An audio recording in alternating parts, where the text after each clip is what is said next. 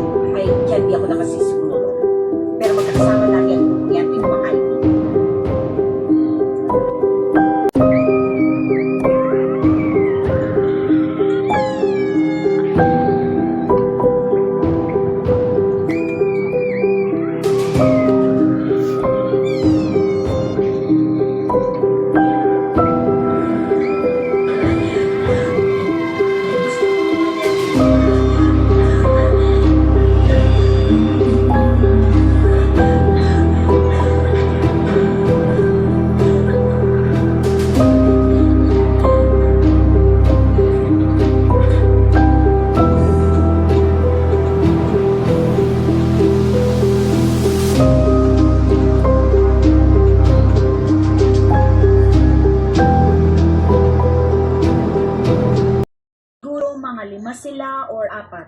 Ay, nakalimutan ko na. Ayan guys, nanonood sila ng horror movie. Ay, dyan di ako nakasisiguro. Pero magkakasama lagi ang grupong yan tuwing kumakain dito.